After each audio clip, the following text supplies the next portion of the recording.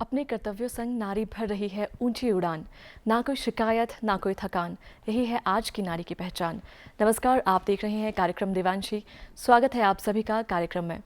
जी हाँ दर्शकों, इस कार्यक्रम के माध्यम से हम आपसे रूबरू करवाते हैं ऐसी महिलाओं से जो कहीं ना कहीं अपनी एक अलग पहचान बना रही है, नया मुकाम हासिल कर रही है। आज भी हमारे बीच मौजूद है एक ऐसी ही शख्सियत। जी हाँ, इनके बारे में कुछ पंक्तियाँ कही जा सकती है। मेरी आवाज़ ही पहचान है, गर तुम साथ रह दो। जी हाँ, यानी कुछ गीत इस तरह का है और आप ज़रूर इस गीत को याद कर सकते हैं। और आपको बताना चाहेंगे ये एक ऐसी आवाज़ है, एक मधुर और सधी हुई आवाज़, जी हाँ, जो कि हिमाचल के दूर दराज के इलाकों तक ही नहीं बल्कि इसके साथ साथ हर घर आंगन तक पहुँची और समय समय पर इस आवाज़ ने देश और दुनिया की सटीक जानकारी को पहुँचाने का कार्य भी किया। ये आवाज़ है आपकी अपनी जानी पहचानी और ऑल इंडिया रेडियो शिमला की, जी हाँ, श्रीमती हंसा गौतम जी की आवाज़। तो चलिए सीधे मिलवाते हैं आपसे। स्वागत है मैम आपका कार्यक्रम में। धन्यवाद जी मैम, आपकी आवाज़ से तो हर कोई रूबरू है, लेकिन आज कार्यक्रम में उसी अंदाज़ को हम दोबारा याद करना चाहेंगे जिस तरह से आप पूर्ववाचिका के तौर पर आकाशवाणी में अपनी सेवाएं देती रही हैं, ताकि दर्शकों की यादें भी ताज़ा हो जाए। जी। ये आकाशवाणी शिमला है।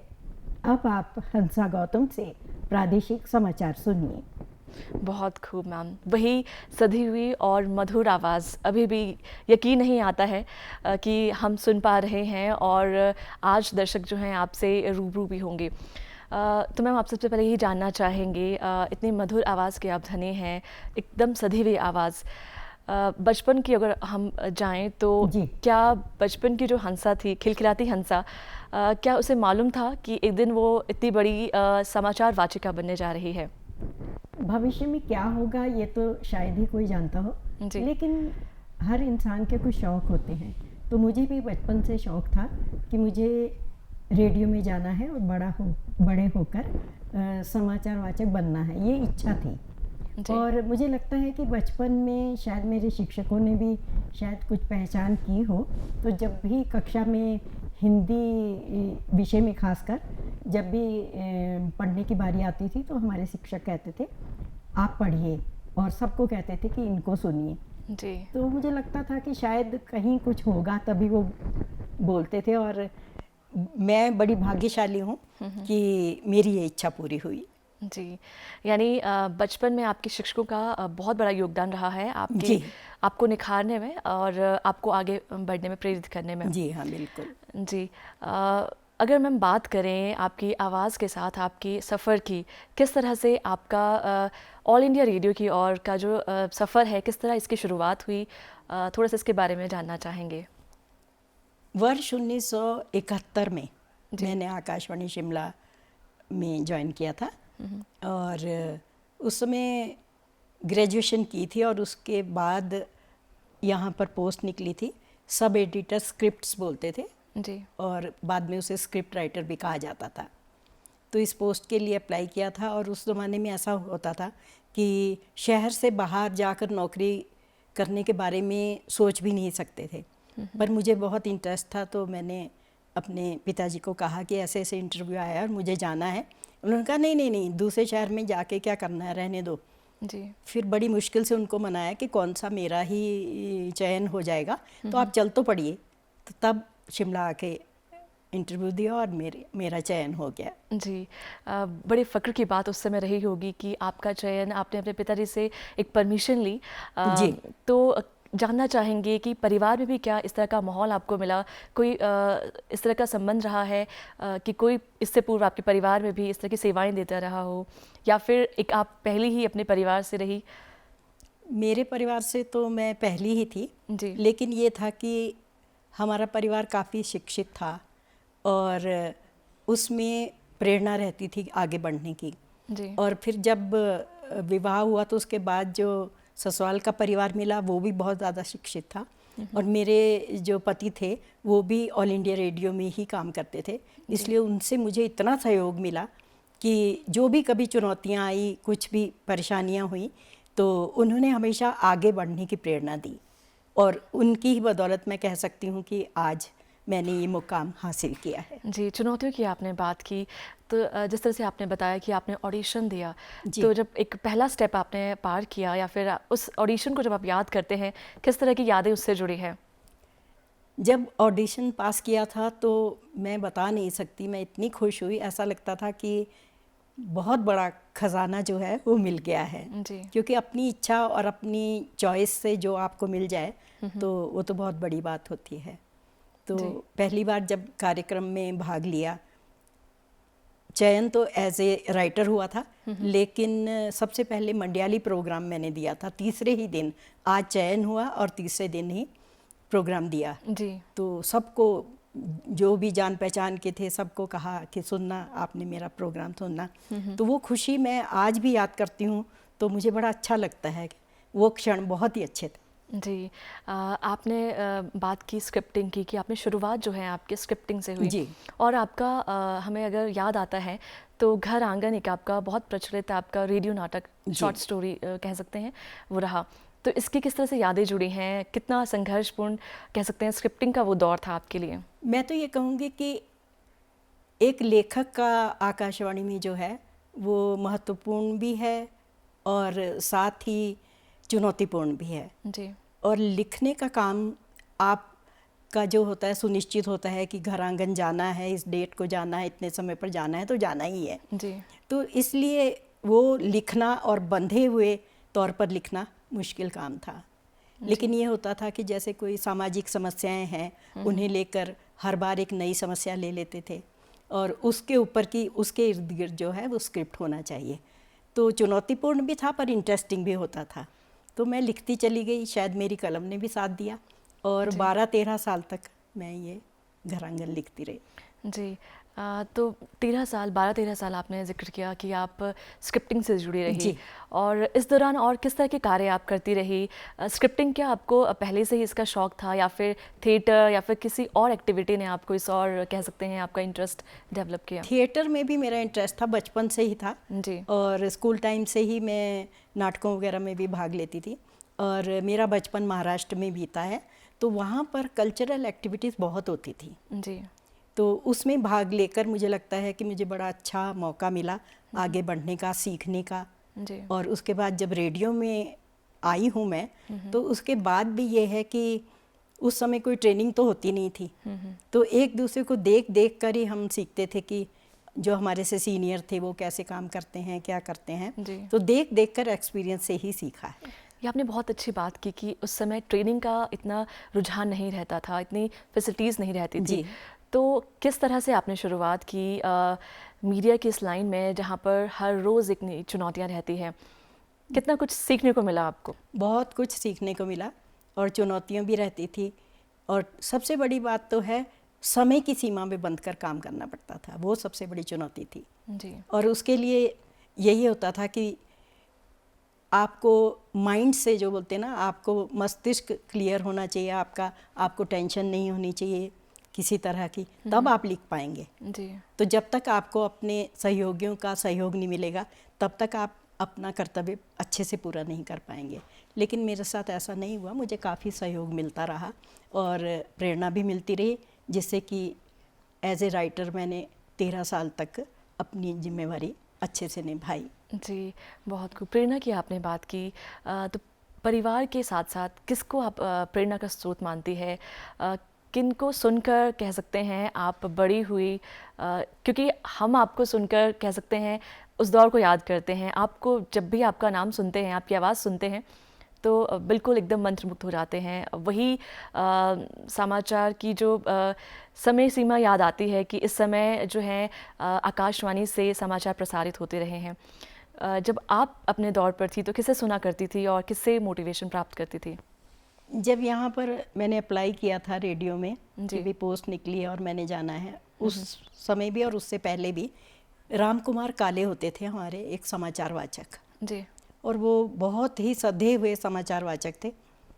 वो तो हिमाचल में रह गए थे, वरना अगर वो तो नेशनल लेवल के जिसको बोलते हैं ना, वैसे समाचार वाचक थे और बहुत अच्छा उनका वो था। तो मुझे तो उनसे बहुत प्रेरणा मिलती थी। और होता भी ये था कि जब मैंने रेडियो ज्वाइन कर लिया था, मैं तो प्रोग्राम साइड में थी, लेकिन जब भी वो छुट्टी जाते थे तो बोल कर जाते थे कि पहले उसको पूछ लेना, उससे पढ़वाना, अगर वो नहीं पढ़ेंगी या कोई और होगा तब किसी और को देना जी। और उन्होंने मुझे सिखाया भी बहुत, तो वही मेरे प्रेरणा का स्रोत भी रहे हैं जी। कार्य क्षेत्र की यादों को ताज़ा करते हुए आप किस तरह के अनुभव साझा करना चाहते हैं? उनके अलावा और कौन ऐसे व्यक्तित्व रहे हैं आपकी ज़िंदगी में जिनसे आपको सीखने का मौका मिला, या फिर कुछ ऐसे क्षण रहे होंगे जहाँ पर आपको अपने स्टाफ का, अन्य जो कर्मचारी उनका सहयोग मिला? सहयोग तो समय समय पर सबका ही मिलता रहा जी। सहयोग ना मिले तो आपका ये जो कार्य है ये बहुत ही कठिन कार्य है और वो आप अच्छे से पूरा नहीं कर पाते हैं। हमारे एडिटर थे, कॉरेस्पॉन्डेंट थे, सब जो भी थे उस समय हमारे साथ, तो सब मिलकर काम करते थे। सबसे बड़ी बात तो ये थी। आज बहुत कुछ बदल चुका है जी। कंप्यूटर का ज़माना है, उस समय तो उतना वो नहीं होता था। तो कॉरेस्पॉन्डेंट अपना वो न्यूज़ लेकर आ जाते थे, एडिटर अपनी ड्यूटी निभाते थे जी। और हम मिलकर सब बैठकर डिसाइड करते थे कौन सी न्यूज़ जानी है, कौन सी नहीं जानी है। ट्रांसलेशन करना, न्यूज़ बनाना भी पड़ती थी और पढ़नी भी पड़ती थी जी। ऐसा नहीं था कि खाली न्यूज़ रीडिंग ही करनी होती थी। पूरा जो भी कार्यक्रम होते थे न्यूज़ से कंसर्न, वो हम खुद बनाते भी थे जी। उनमें जैसे हिम दर्शन था एक प्रोग्राम, ये न्यूज़ बेस्ड प्रोग्राम था, तो वो मैं अक्सर किया करती थी, काफ़ी साल तक किया। लेकिन उसमें सहयोग तो सबका ही चाहिए, तो कॉरेस्पॉन्डेंट भी कुछ इंटरव्यूज़ करके लाते थे और भी फील्ड से भी, क्षेत्रों से भी हमें वो मिलता था मटेरियल, तब जाके वो कार्यक्रम जो है वो निखर कर आता था। बहुत खूब। जो दर्शक मैम इस समय हमें देख रहे हैं और मीडिया खासकर अगर आपकी तरह आपको अपना रोल मॉडल मानते हैं, किस तरह से वो इस क्षेत्र में आगे बढ़ सकते हैं? अगर हम बात करें न्यूज़ एंकर की, तो क्या खूबियाँ होनी चाहिए एक न्यूज़ एंकर की? कुछ तो मैं कह सकती हूँ कि गॉड गिफ्ट भी होता है कि भाई चलो आपकी आवाज़ अच्छी है जी। और आपको शौक़ भी है, शौक़ भी होना चाहिए। और उसके बावजूद ये है कि आज समय ऐसा आ गया, मैं ये महसूस करती हूँ कि हमारी जो युवा पीढ़ी है वो बहुत जल्दी बहुत कुछ हासिल करना चाहते हैं जी। तो जल्दबाजी नहीं की जा सकती। इस फील्ड में भी वही हिसाब है, रियाज वाली बात है जी। कि अगर आप जितनी अधिक मेहनत करेंगे उतने ही अच्छा आपकी आवाज़ होगी, उतना ही आपका कॉन्फिडेंस बढ़ेगा। तो ये सब चीज़ें जो है बहुत जल्दबाजी इसमें नहीं करनी चाहिए। और ईमानदारी सबसे बड़ी बात है, ईमानदारी से आप अपना काम करेंगे तो मंजिल कभी ना कभी मिल ही जाएगी, ऐसा मैं समझती हूँ।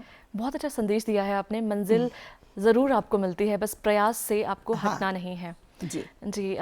मैम आपने पहले एज अ राइटर शुरुआत की, उसके बाद आप न्यूज़ रीडर की तरफ आपका सिलेक्शन हुआ। किस तरह आप इस न्यूज़ रीडिंग में आप आए बतौर एंकर, इसके बारे में थोड़ा सा बताएं। पहली बार जब आपने जो न्यूज़ है वो पढ़ी तो कैसा एक्सपीरियंस था? न्यूज़ पहली बार पढ़ने की बात तो ऐसी थी कि प्रोग्राम साइड में रहते हुए भी, जैसा मैंने बताया, राम कुमार काले जी जब कभी छुट्टी जाते थे तो मुझे मौका मिल जाता था पढ़ने का, तो उससे कॉन्फिडेंस तो पहले से ही था जी। तो इसलिए कुछ ऐसा नहीं महसूस हुआ कि मैं नया काम कर रही हूँ या न्यूज़ रीडिंग एक चुनौती है। तो उस तरह से मुझे बड़ा इजी सा रहा, मतलब ऐसा नहीं रहा कि बहुत ज़्यादा मुझे सोचना पड़ा कि भाई मैं इस फील्ड में आ रही हूँ। सबसे बड़ी बात तो ये थी कि खाली मैंने ग्रेजुएशन की थी जब मैंने 1971 में रेडियो ज्वाइन कर लिया था। उसके बाद फिर मैंने BJMC किया, MJMC किया, हिंदी में MA की, ये सब साथ साथ किया।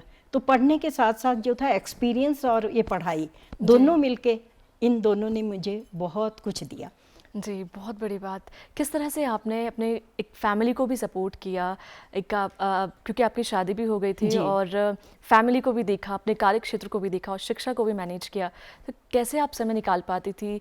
जो महिलाएं हमें इस समय देख रही हैं, तो किस तरह से आप मैसेज देना चाहेंगी? आमतौर पर आजकल ये बहुत बड़ी समस्या है कि अगर घर देखना है तो कि बाहर कैसे मैनेज करें, या बाहर मैनेज करना है तो घर इग्नोर होता है, ऐसा आम तौर पर देखने में आता है। लेकिन शायद हमारे समय में सभी में पेशेंस बहुत थी जी। तो घर वालों का भी सबका सहयोग मिलता था, बल्कि जॉइंट फैमिली में भी मैं रही। पर मेरे हस्बैंड जो थे वो भी ऑल इंडिया रेडियो में, तो उनको पता था कि रेडियो की क्या रिक्वायरमेंट है, अगर लिखना है तो इसे जो है भाई डिस्टर्ब नहीं करना है। कई बार मैं पूरा पूरा दिन घर में बैठ कर स्क्रिप्ट लिखती थी, वो कहते थे आज इनको डिस्टर्ब नहीं करना है जी। जो भी काम है हम मिल के कर लेंगे सब, लेकिन इनको डिस्टर्ब नहीं करना है। तो इस तरह का सहयोग बहुत ज़रूरी है, समझ होनी चाहिए कि ये कितना मुश्किल काम है, कितना कठिन काम है जी। और जब सहयोग मिलता है तो हर चीज़ आसान हो जाती जी। बहुत खूब। मैम कई बार क्या होता है कि हम अपने कार्य में इतने व्यस्त होते हैं और कभी ऐसे क्षण भी आते हैं जब हमें कुछ इमरजेंसी हो। क्या कभी ऐसा हुआ है कि आपको सोचना पड़ा हो show must go on, like कि आप किसी दुविधा में फंस गए हो लेकिन आपने प्रायोरिटी अपने कार्य क्षेत्र को दी हो? जी, एक बार हुआ था, मेरी बेटी जल गई थी जी। तो बहुत इमरजेंसी थी, पर उसके बावजूद भी फर्स्ट एड और वो हॉस्पिटल में एडमिट करने के बाद मैं अपनी ड्यूटी मैंने की। आकर मुझे पता था, और उन दिनों हमारे कैजुअल पैनल नहीं हुआ करते थे, तो जो स्टाफ में थे उन्हीं को वो करना, मतलब मैनेज करना पड़ता था जी। इवन जब यहाँ पर सर्दियों में 7-8 फुट बर्फ़ भी पड़ती थी तब भी हम छुट्टी नहीं ले पाते थे और बाकायदा आना पड़ता था। तो कई बार बच्चों को और घर की परिस्थितियों को देखते हुए भी अगर आपने कर्तव्य को निभाना है तो उसे प्राथमिकता देनी ही पड़ती थी जी। और मैं देती थी जी। बहुत बड़ी बात आपने कही कि क्योंकि यहाँ का हिमाचल की अगर बात करें, यहाँ की भौगोलिक स्थिति कुछ इस तरह की है कि आपको हरदम आपको तैयार रहना पड़ता है, और जिस फील्ड में तो आप रही हैं वहाँ तो इसकी दरकार रहती ही है। आपसे जानना चाहेंगे इसके अलावा आपने, क्योंकि आप बहुत सारी लेखन से भी आप जुड़ी रही, बतौर वाचिका भी आपने बहुत अच्छा उम्दा कार्य किया, आवाज़ एक पहचान अपनी कायम की, और किन स्थानों पर आपने कह सकते हैं आपने स्टूडियो से बाहर भी आपने कार्य किया? जी, कुछ तो ये जितने भी फिल्मों की शूटिंग बहुत होती थी पहले शिमला में, तो जितने भी ये कलाकार आते थे उन सब के हम इंटरव्यू लिया करते थे और बहुत एंजॉय भी करते थे जी। उसी तरह से ये जो 26 जनवरी का रिज पर कार्यक्रम होता है उसकी लगातार 15-16 साल तक मैंने एंकरिंग की है, और रनिंग कमेंट्री जिसको कहते हैं वो मैं करती रही हूँ जी। बहुत बड़ी बात है क्योंकि 26 जनवरी का वो दिन होता है जिस दिन हर युवा, हर बच्चे से लेकर हर वर्ग के जो व्यक्ति हैं वो इंतज़ार करते हैं उस परेड को देखने का, और खासा जो ध्यान होता है वो एक वाचिका या एंकर के तौर पर ज़रूर जाता है। हाँ जी। क्योंकि सीधे कनेक्ट करने का कार्य जो है वो एक एंकर ही करता है। बहुत अच्छा लगता था मुझे, तो बहुत अच्छा लगता था जी। आपने जिक्र किया मूवीज़ का और थिएटर का भी, तो उसके बारे में थोड़ा बताएं। आपने अभिनय का भी आपका एक्सपीरियंस रहा है? किस तरह का? नाटकों में तो भाग लिया है, रेडियो के और दूरदर्शन से भी कार्यक्रम किए हैं जालंधर से। तब शिमला स्टेशन नहीं हुआ करता था दूरदर्शन का, तो वहाँ से उल्टा पुल्टा प्रोग्राम आता था एक, उसमें भी पार्टिसिपेट किया था। और उसके बावजूद भी और जो भी थे, मतलब मुझे नाटकों का तो इतना शौक़ था कि पढ़ाई के साथ साथ घर से उस ज़माने में कहते थे नहीं पढ़ो, पढ़ाई की तरफ ध्यान दो जी। पर उसके बाद भी छुप छुप कर जो पाठ्य पुस्तकें होती थी उसके बीच में वो रखकर नाटक की स्क्रिप्ट में ना पढ़ लिया करती थी और पार्टिसिपेट करती थी जी। यानी आप कहीं ना कहीं बुक्स के साथ साथ आप नज़रें चुराकर आप अपनी स्क्रिप्ट को भी तैयार करती रहती थी। करना पड़ता था जी, अपना शौक जो पूरा करना था जी। और आपकी जो शिक्षा है काफ़ी तौर पर आपकी शिक्षा बाहर रही है, बाहरी राज्यों में। महाराष्ट्र में बचपन मेरा महाराष्ट्र में भी था, नागपुर जी। तो वहाँ अच्छा था, पढ़ाई का बहुत अच्छा एटमॉस्फेयर था।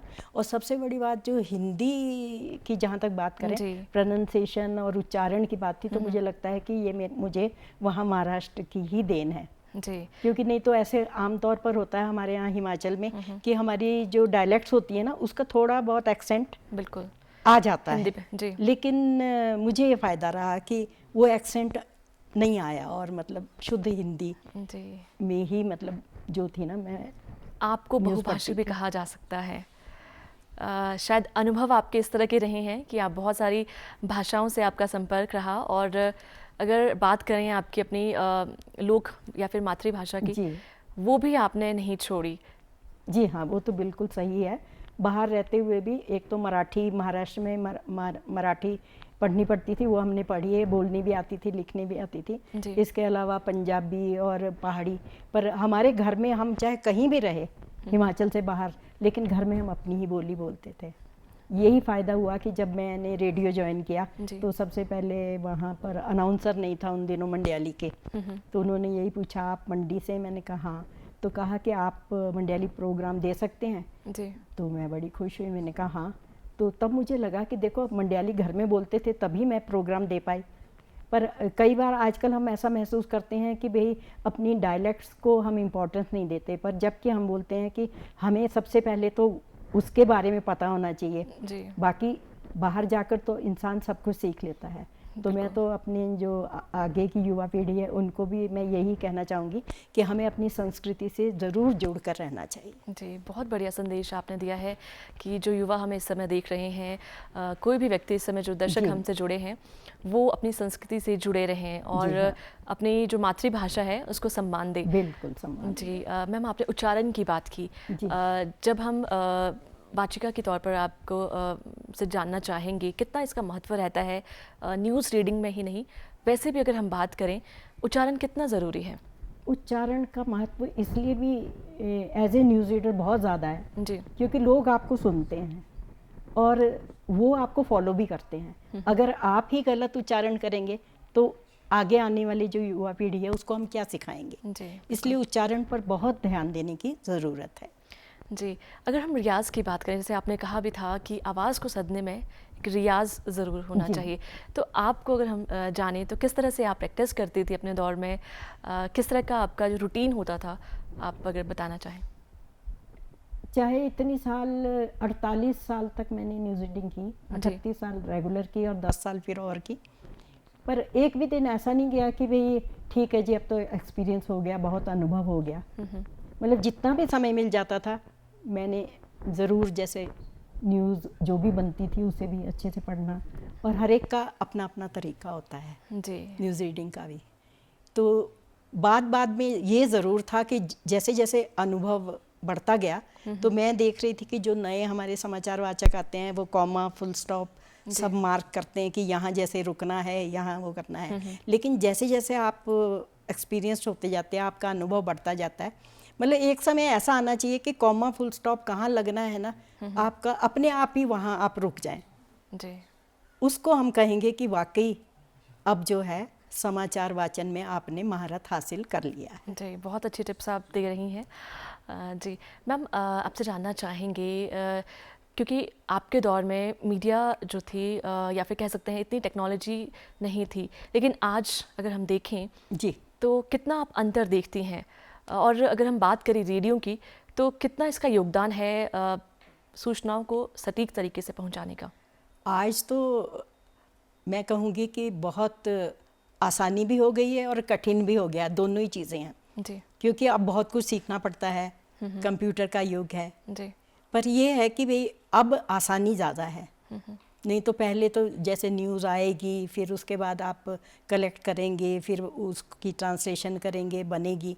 अब तो ये है कि कंप्यूटर आप खोलिए और हर जगह से आपको उसके ऊपर न्यूज़ मिल जाएगी जी। पहले तो कठिन होता था, नहीं आई है तो फ़ोन करेंगे, फिर उनको कहेंगे भाई यहाँ पर इवेंट हुआ है, आप न्यूज़ भेजिए। तो ये सब अब जो है वो जो घंटों को काम था वो मिनटों में होने लग गया है, तो सुविधा ही सुविधा है, अब तो बहुत अच्छी सुविधा है जी। किसी से इंटरव्यू भी करना है तो आप ऑनलाइन आराम से इंटरव्यू कर सकते हैं जी, और अब जानकारी भी एक क्लिक पर आपको अब मिल जाती है हाँ। जी। मैम उस दौर में आप किस तरह की पुस्तकें पढ़ना पसंद करती थी, या फिर कह सकते हैं पढ़ना कितना ज़रूरी है, शिक्षा कितनी ज़रूरी है किसी भी क्षेत्र में?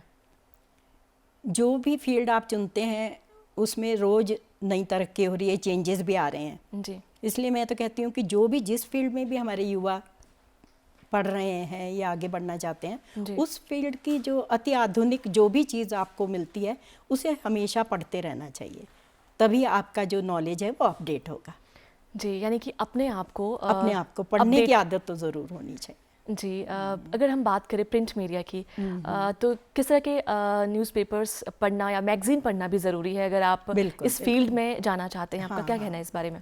सब तरह की जो भी अच्छी मैगजीन हैं उनको पढ़ना चाहिए। पढ़ना तो सब कुछ चाहिए, पर ग्रहण वही करना चाहिए जो कि सार्थक हो जी। बाकी छोड़ देना चाहिए। बहुत बड़ी बात आपने कही कि कंटेंट की जो हाँ, सिलेक्शन है वो बहुत ज़्यादा वो मैटर बहुत करती ज़रूरी है। जी। मैम, कार्यक्रम के माध्यम से आप किस तरह से संदेश देना चाहेंगे महिलाओं को कि आत्मनिर्भर किस तरह से बना जाए, किस तरह के ज़रिया जो है वो बन सकता है? आज हिमाचल प्रदेश में अभी भी महिलाएं जो हैं, मैं कहूँगी कि हर फील्ड में आगे तो बढ़ी हैं जी। पर जहाँ तक हम कहें कि बहुत सी महिलाएं, तो अभी बहुत कुछ उन्हें बाहर आने की आवश्यकता है। हिमाचल प्रदेश में मैंने देखा है कि हम लोग संतुष्ट बहुत जल्दी हो जाते हैं, तो संतुष्ट नहीं होना चाहिए, आगे बढ़ने की हमेशा प्रेरणा लेते रहना चाहिए। और जैसे खासकर लड़कियां की अगर विवाह हो गया तो बस घर बार और उसी में रह जाते हैं, ऐसा नहीं है। जो भी आप में, जो आपने शिक्षा ग्रहण की है और जो भी कुछ आप करना चाहते हैं वो आपको उसके बाद, शादी के बाद भी करना चाहिए, मैं तो ये सोचती हूँ। और उसमें परिवार के सदस्यों का सहयोग तो बहुत ही ज़रूरी है। लेकिन महिलाएं अपने आप भी अपने ऊपर कॉन्फिडेंस रखें, वो आत्मविश्वास पैदा करें कि नहीं हम कर सकते हैं, और जो भी उनमें योग्यता है उसको वो आगे बढ़ाने की कोशिश करें। जी, बहुत बहुत धन्यवाद मैम, आपने इतना गहन संदेश जो है हमारे दर्शकों तक साझा किया। इसी तरह से आप खुशहाल जीवन अपना व्यतीत करें, स्वस्थ रहें। आज आपका जो कार्यक्रम में आने के लिए हम बहुत बहुत धन्यवाद करना चाहेंगे। धन्यवाद आपका भी और दूरदर्शन केंद्र का भी कि मुझे बातचीत करने का मौका दिया। जी, धन्यवाद। दर्शकों, आज कार्यक्रम देवांशी में बस इतना ही। आज हमारे बीच मौजूद थी एक जानी पहचानी आवाज़, जी हाँ, ऑल इंडिया रेडियो शिमला की जानी पहचानी आवाज़ श्रीमती हंसा गौतम जी। आज कार्यक्रम में बस इतना ही, दीजिए अनुमति, नमस्कार।